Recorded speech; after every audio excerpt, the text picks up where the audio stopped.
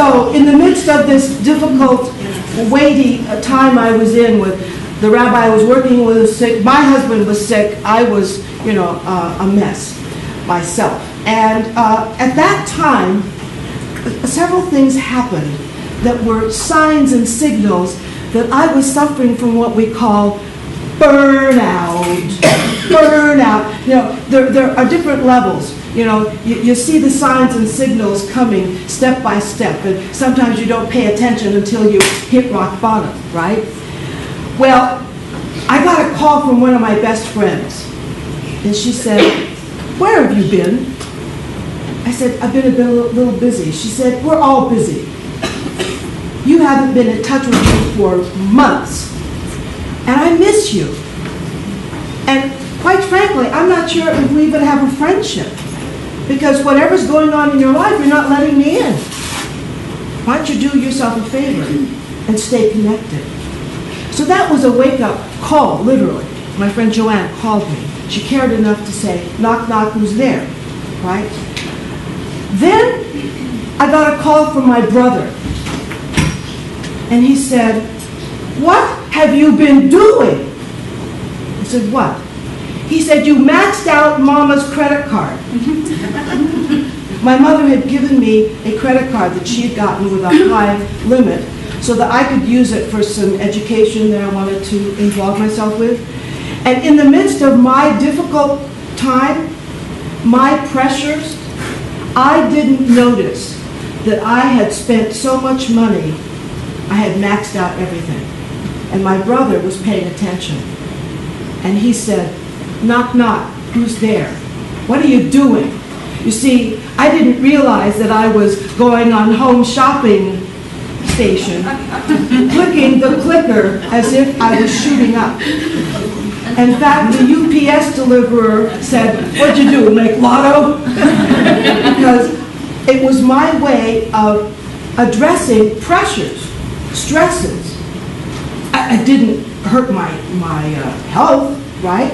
I was a singer. I was taking care of a congregation. I couldn't do things that would get in the way of my physical functioning, so I got really creative. I just spent a lot.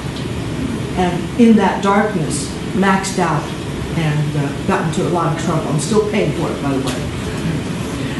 And then another thing happened.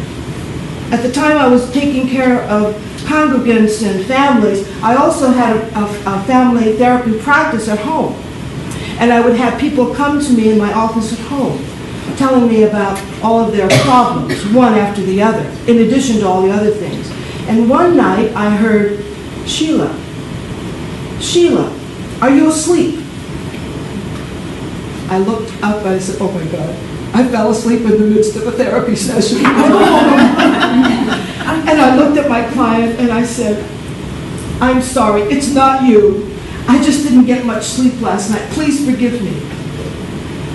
Now, I'm telling you the story because I had gotten on such tilt overload because I thought I had to fix everything.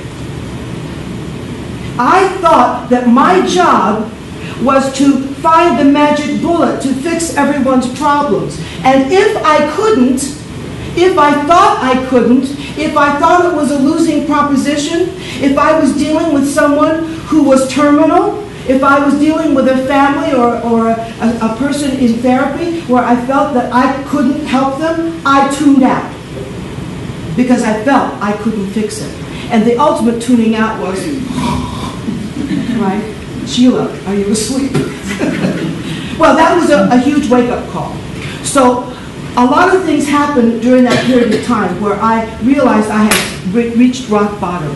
And by the way, one of the things that happened to me, I had Bell's palsy. I had an attack of Bell's palsy. My whole body shut down.